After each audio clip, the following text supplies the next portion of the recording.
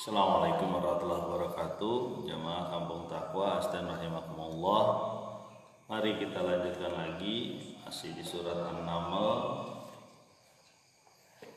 Berapa hari yang lalu kita sudah sampaikan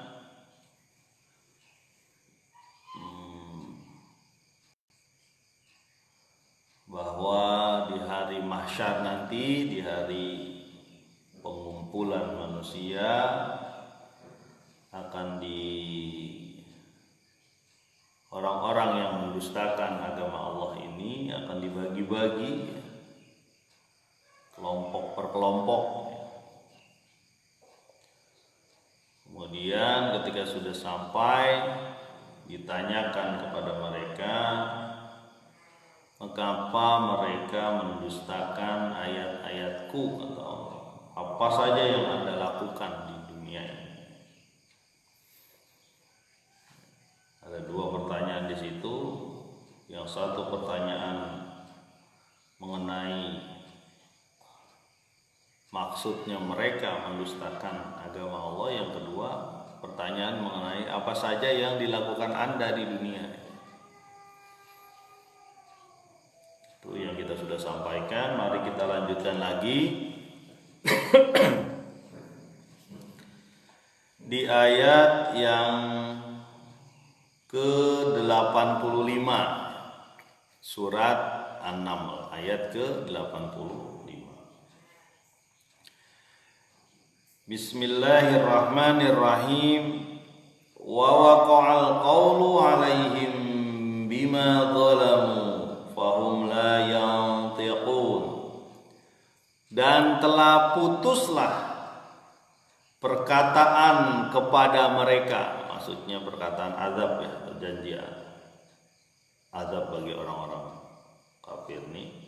Bima zalamu, terhadap apa yang mereka, terhadap kezaliman mereka. Dan mereka semua tidak bisa berkata-kata. Nah, ini berlakulah perkataan azab pada mereka. Wa waqa'al qawlu 'alaihi. Terjadilah sesuatu yang mereka nanti-nanti, bahkan mereka minta dipercepat, ya, terhadap azab.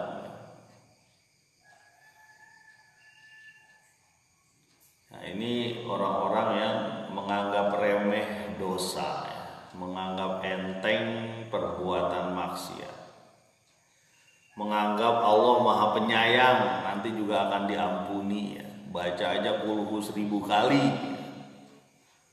contohnya, nanti juga diampuni. Auzubillah, jangan begitu ya kita berpikir.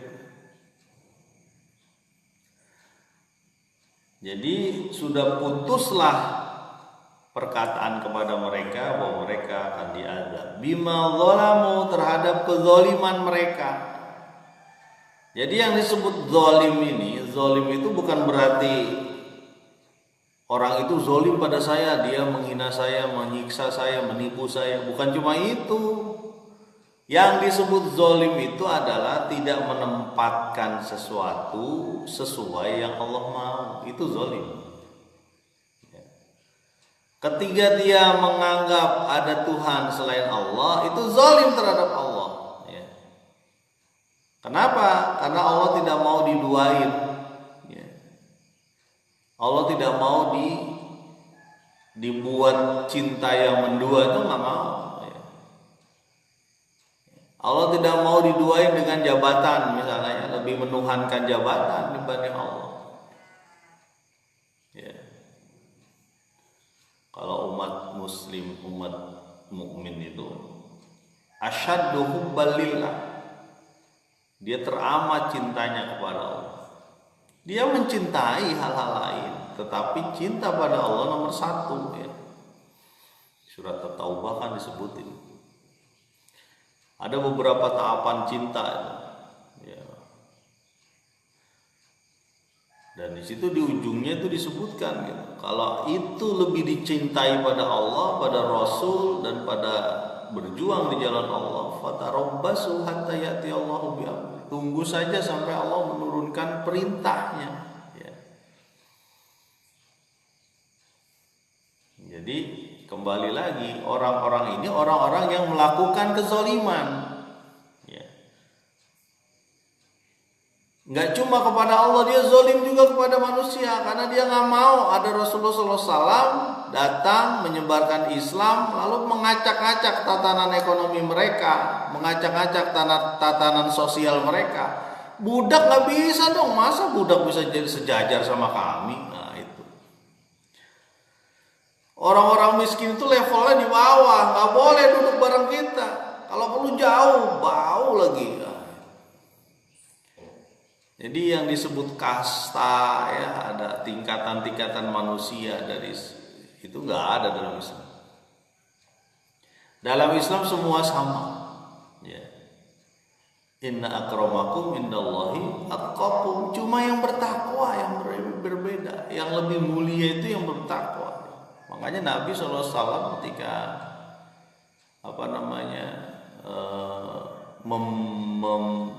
mengkebumikan, memasukkan jenazah itu ditanya, siapa yang lebih dulu hafalannya lebih banyak?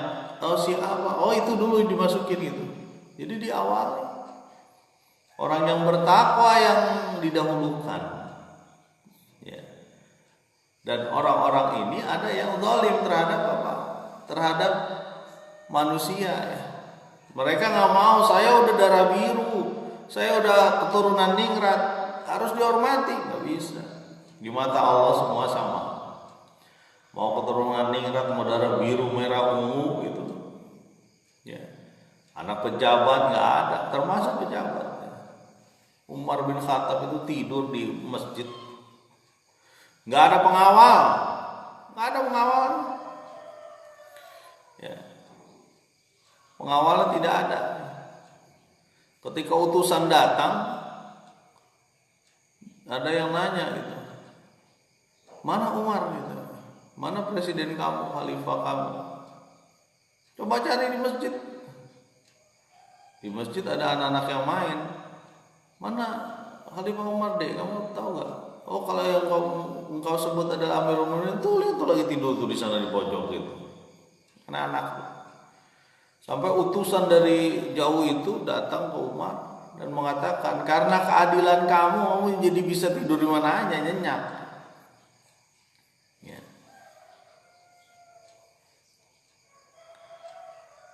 Kembali lagi ke ayat, coba kamu takwa astagfirullah.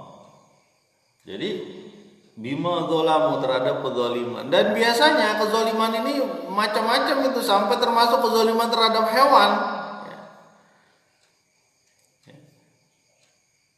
Islam itu tidak boleh, ya, Islam itu mengajarkan tidak boleh mengambil atau haram hukumnya daging yang dipotong ketika lagi hidup. Misalnya buntutnya dipotong, belum disembelih nih, buntutnya doang dipotong, itu nggak boleh.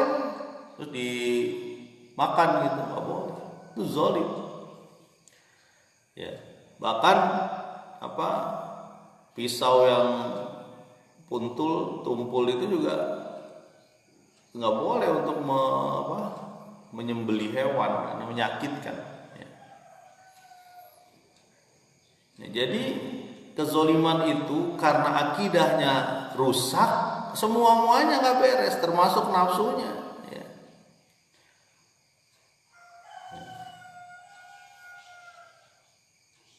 Kita zolim terhadap harta jika kita tidak memberikan hak harta untuk dikeluarkan ke orang lain, itu haknya dia. Ya. Orang lain juga ada haknya di situ. Jangan kita anggap apa yang ada yang kita miliki sekarang itu adalah punya kita semua. Kan harta dunia itu cuma dua saja itu yang milik kita. Pertama yang kita konsumsi, yang kita makan, yang kita pakai, ya. Contoh ya, kalau kita punya mobil dua, yang dipakai satu, itu yang di luar itu sebenarnya bukan milik kita. Kenapa? Yang kita pakai itulah yang kita milik kita. Ya, rumah ada 4, 5, 6. yang sejatinya rumah kita ya satu aja. Sisanya dipakai orang lain. Ya. Makanan begitu banyak, yang milik kita adalah yang masuk ke perut kita, sisanya milik orang lain. Ya, atau karena nggak dikasih kemana-mana jadi basi, ya, milik mikroorganisme. Ya, jadi kehidupan dunia itu yang disebut milik kita nomor satu adalah yang kita konsumsi, kita nikmati, kita pakai. Ya. Emas yang dipakai di kita, ya milik kita itu. Sisanya itu sebenarnya hakikatnya itu milik orang lain karena nggak dipakai. Nah, yang kedua adalah harta yang diinfakkan, itulah milik kita. Sisanya itu milik orang lain. Ya. Kita mau atau bawa mobil gitu masuk ke dalam kubur gitu kan? Enggak. Emas berkilo-kilo gitu, ATM berjibun di dompet, ya. Masuk ke kubur kita. Enggak, itu bakal milik ahli waris kita, bukan milik kita. Ya, jadi berlaku cukup sajalah. Ya.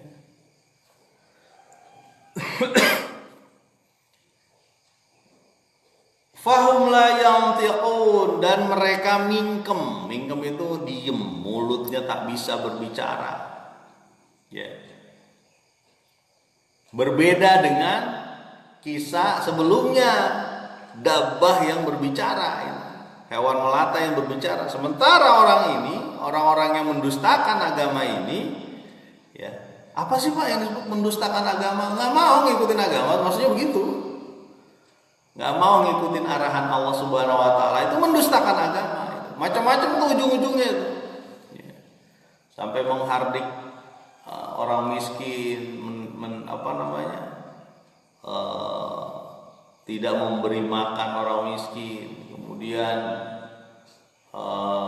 tidak menghargai atau memuliakan anak yatim dan sebagainya. Wala yaudu'ala ta'amal miskin. Itu pun bagian, ya, bagian dari kezoliman. Dan mereka mingkem, nggak bisa ngomong. Ya. Sementara sebelumnya dabbah itu bisa ngomong. Binatang melata tersebut itu bisa ngomong. Orang-orang ini mingkem, nggak bisa ngomong. Ya. Fahum la yantiqun, nggak bisa bicara, tak bisa ngomong apa-apa. Ya. Yang tadinya pandai bersilat lidah, ya, ngomong sama orang berbusa-busa, meyakinkan orang sehingga orang banyak yang tertipu. Ya. Ngomongin begini. Kalau nggak di hubungan langsung, di medsos dia ngomong macam-macam gini. Wah, bersilat lidah gini. Tujuannya supaya orang jauh dari jalan Allah. Tujuannya supaya orang jauh dari jalan Allah. Pada saat itu mereka tak bisa bicara apapun, nggak bisa ngomong, cicing wae. Jamaah kamu takwa astana ya Allah. Inilah pandangan-pandangan yaumul akhir, hari akhir ya. Di mana orang-orang telah berlaku azab kepada mereka, ya, sebab kezoliman mereka, ya. Salah satu sebab yang paling utama adalah syirik, ya. Inna syirka la dzulmun adzim. Sebenarnya syirik itu adalah kezoliman yang besar, ya. Ayat selanjutnya di ayat ke-86. Alam yaru anna ja'alna al-laila liyaskunu fihi wan nahara mubsira. Inna fi dzalika laayatil liqaumin yu'minun. Tidakkah mereka memperhatikan bahwa kami menjadikan malam untuk tempat istirahat dan siang yang terang benderang. Sesungguhnya terhadap hal tersebut ada tanda-tanda kekuasaan Allah bagi kaum yang beriman. Nah, ini keunikan Al-Quran. Digambarkan suasana akhirat, kemudian dia kembali lagi untuk menggambarkan suasana hari ini. Jadi antara akhirat dan sekarang, akhirat sekarang digambarkan seperti itu, sehingga dapat suasana yang mirip antara dunia ini dengan akhirat. Contohnya ini ya. Kenapa mereka tidak memperhatikan? Alam yarau, melihat, memperhatikan bagaimana kami menjadikan malam sebagai tempat istirahat. Nah, tepat sekali ini datang ayat ini ketika diceritakan sebelumnya kondisi suasana hari akhir. Dikembalikan kepada sekarang. Coba kita lihat bagaimana malam Allah jadikan dalam suasana yang tenang, kita bisa istirahat ya. Di malam hari cenderung sejuk, dingin, kita bisa tidur dengan tenang. Coba kalau malam itu dikali 10 kali lipat, misalnya 12 kali 10, 120 jam ya. Malam dibuat Allah 120 jam, dinginnya pasti bikin beku ya. Makanya kita tinggal di bumi ini suatu kesyukuran. Allah jadikan nyaman ya. Bintang-bintang tersedia di malam hari ya. Suasana hening gitu ya. Membuat nggak kebayang kalau misalnya malam itu berisik gitu ya. Ada gunung berbunyi terus gitu. Duo apa? Nggak usah jauh-jauh lah, kita ini di Bogor tuh kadang-kadang dengerin itu ya, tembakan itu ya, itu juga kita rasa kurang nyaman kan. Apalagi guntur, jelger gitu ya.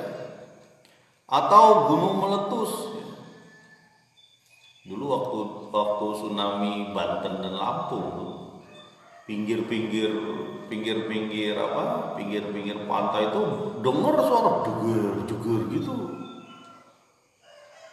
Tidak ada tenang itu tidur itu begitu. Kembali lagi jemaah kampung taqwa astagfirullah.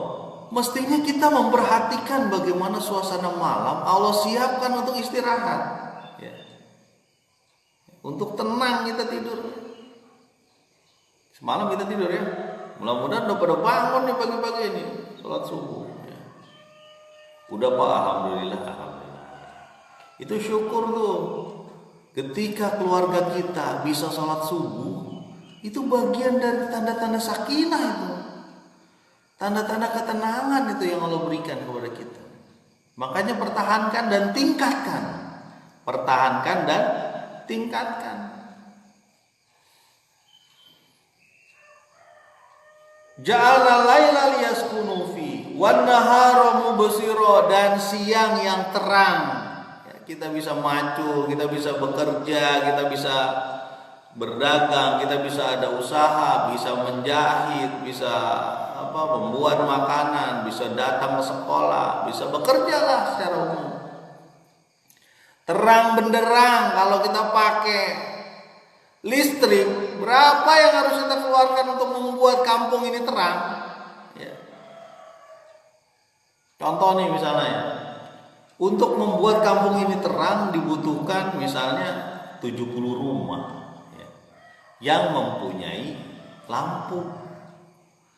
Lampu setiap rumah anggaplah 100 watt gitulah misalnya. Setiap bulan 100.000 kali 70.000. Itu juga baru di rumah-rumah doang. 70 rumah. Itu juga baru di rumah-rumah, jalan-jalannya belum terang. Ya. Berapa banyak uang yang kita keluarkan untuk menerangi satu kampung? Sementara dari Allah Subhanahu wa taala cukup disediakan satu saja sumber cahaya, yaitu asyams atau matahari. Kita ngerasain betapa beratnya bayar listrik sekarang ya. Tapi oleh Allah cuma diberikan satu saja makhluk yang namanya matahari, dan itu menerangi bukan kampung ini saja, sebumi. Bahkan gak cuma sebumi, sampai bulan pun diterangi. Makanya dia punya refleksi atau cahaya pantul. Dan dengan sinar matahari seluruh bergerak, tanaman bisa mengeluarkan hasilnya, lalu dimakan oleh hewan herbivore ya. Herbivore dimakan oleh karnivore ya, atau omnivore, sehingga bergerak ya. Masya Allah nih, mestinya kita begitu tuh, kita lihat. Suatu saat diceritakan mengenai akhirat, azab, orang yang tidak bisa ngomong apa-apa. Suatu saat dibalikin lagi ke sini. Kita sudah melihat setiap hari kita menghadapi malam, menghadapi siang. Ya. Ada perubahan antara siang dan malam, dan kita merasa nyaman di situ. Siapa yang mengatur ini kalau nggak Allah Subhanahu wa taala?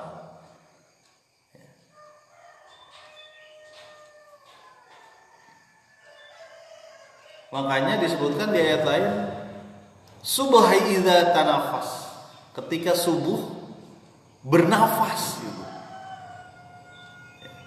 Seolah-olah subuh itu adalah makhluk Allah yang bergerak, yang bernafas gitu. Semuanya adalah makhluk, termasuk waktu ya. Bayangan aja makhluk Allah, bayangan. Kita sudah sampaikan waktu itu bagaimana bayangan memendek, memanjang, lalu semuanya jadi bayangan gelap. Ya. Bayangan itu memendek ya, ketika kita tepat di bawah sinar matahari ya, matahari di atas kepala kita, bayangan mendek, lalu bergerak matahari ya, bukan mataharinya yang bergerak sebenarnya pada saat itu, tapi kita buminya yang berputar. Ya. Bayangan memanjang, lama-lama bayangan itu semakin panjang, semakin jauh ya. Lama-lama bayangan itu kita semua jadi bayangan gelap ya, di malam hari. Siapa yang bisa seperti ini? Allah. Makanya bagi kita ya, yang diberi karuniai mata, dikarunia Allah mata, dikarunia Allah telinga, ya, dikarunia Allah lidah, dikarunia Allah kulit yang bisa merasakan panas dingin, itu ketika kita tidak beriman kepada Allah rugi. Mendingan jadi orang buta sekalian, jadi orang tuli sekalian, nggak ngerti, nggak mendengar kokok ayam misalnya. Jamaah kampung takwa astagfirullah. Di zaman Nabi SAW, nanti kita bisa lihat mudah-mudahan. Wan syaqqal qamar, sudah terbelah bulan. Karena pada saat itu dia minta apa? Di zaman Nabi itu minta mukjizat, dan memang terbelah bulannya. Ya. Sampai ada orang datang dari jauh itu bilang ketika di Mekah ditampakkan bulan yang terbelah, saya juga melihat sesuatu yang aneh. Apa yang aneh? Saya melihat dari negeri yang jauh itu kok bulannya terbelah gitu. Nah, berarti itu disaksikan juga dari bumi yang pada saat itu malam ya. Disaksikan juga. Karena bintang, bumi, bulan, ya, matahari itu adalah bagian dari kekuasaan Allah. Dan kita lemah banget di hadapan benda-benda tersebut. Sangat lemah. Kita di hadapan bumi pun sangat lemah. Digeser sedikit goyang di kampung, longsor semua misalnya, nggak tahu gitu. Nggak cuma digeser, kadang bisa saja keluar dari bawah lahar, kita nggak tahu. Ya. Waktu kejadian di Nanggung tuh, kejadian bencana Bogor itu, yang berat itu bukan yang dari sungai, tapi yang dari ini, yang dari apa, longsoran dari pinggir sungainya, bukan dari sungai utamanya, bukan. Kita menyangka sungai utamanya itu bakal bah gitu kan. Bukan, ternyata sungai di sebelah kiri yang menghancurkan banyak rumah, 10 rumah kalau nggak salah. Dan yang satu lagi tebing yang longsor gitu. Di bawahnya menenggelamkan rumah dengan tanah. 10 orang meninggal. Jadi kita menyangka ini bakal kalaupun ada bencana mungkin dari sungai ini ada air banjir sungai, belum tentu. Ya. Karena bagi Allah apapun bisa dilakukan. Ya.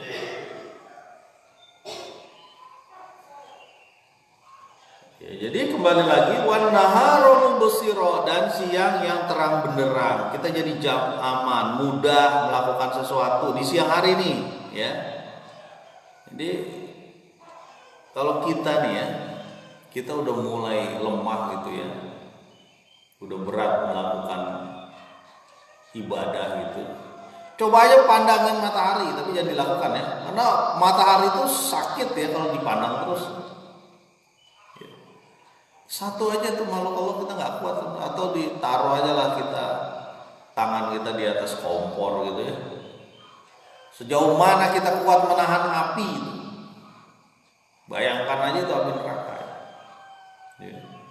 Kalau perlu bawa korek. Pak Arfan kan nggak ngerokok, kok bawa korek? Ya biar kalau lagi malas dikorek aja, dijempol kita buat gitu. Ya memang begitulah. Makanya pernah saya sampaikan, salah satu tabiin kalau tidak salah itu pernah menggali kubur di kamar. Di kamarnya digali kubur, ditutupin papan gitu ya. Ketika orang tahu ditanya, kenapa Anda menggali seperti itu? Iya, kalau lagi saya maksiat, saya datang untuk kubur itu, masuk ke dalamnya. Kemudian saya bayangkan kalau saya ada di kuburan. Kemudian setelah saya bayangkan, setelah merasakan ketakutan, betapa lemahnya manusia jika dia tidak beribadah kepada Allah. Lalu saya keluar dan saya katakan, nah kamu udah dikembalikan lagi ke dunia ini, ayo mulai yang benar gitu. Sampai kayak gitu tuh, supaya dekat terus kita kepada akhirat ya, karena dia menjadi tujuan hidup kita. Inna fi dzalika laayatil liqaumi yu'minun. Sesungguhnya terhadap yang demikian itu, bergantinya siang dan malam, ada tanda-tanda kekuasaan Allah bagi kaum yang beriman. Kuncinya di keimanan. Setiap kita melihat perubahan yang terjadi di bumi, itu kita ada keimanan di situ. Ya. Ini contoh sedikit nih, di rumah saya itu lagi berkembang ini lengkeng ya, itu lengkeng itu berkembang. Ternyata bunga lengkeng itu disukai banyak hewan, termasuk lebah. Kita sudah tahu ya. Kelanceng itu ada lebah kecil, odeng itu bahasa sini. Ada lagi yang disukai apa? Lalat. Ternyata lalat juga senang itu mengambil sari-sari bunga lengkeng. Dan lalat itu kan pakai kaki-kaki yang kaki-kakinya bergerak kemana-mana sehingga serbuk sari nempel, lalu terjadilah perkawinan. Jadi bunga lengkeng itu juga disukai hewan yang kita sukai dan hewan yang tidak kita sukai gitu. Lalat kita nggak suka ya. Ternyata Allah memberikan kegunaan, fungsi dari lalat itu, salah satu diantaranya adalah menjadi penyerbuk. Ya. Coba melihat sekarang lagi banyak bunga ya. Termasuk kemarin saya sampaikan juga mengenai laron ya, bagaimana laron diberikan kemampuannya untuk mendekati cahaya. Mudah-mudahan ini semua menjadi tanda-tanda kita menguatkan kita sebagai orang beriman. Subhanakallahumma wa bihamdika asyhadu alla ilaha illa anta astaghfiruka wa atubu ilaik. Assalamualaikum warahmatullahi wabarakatuh.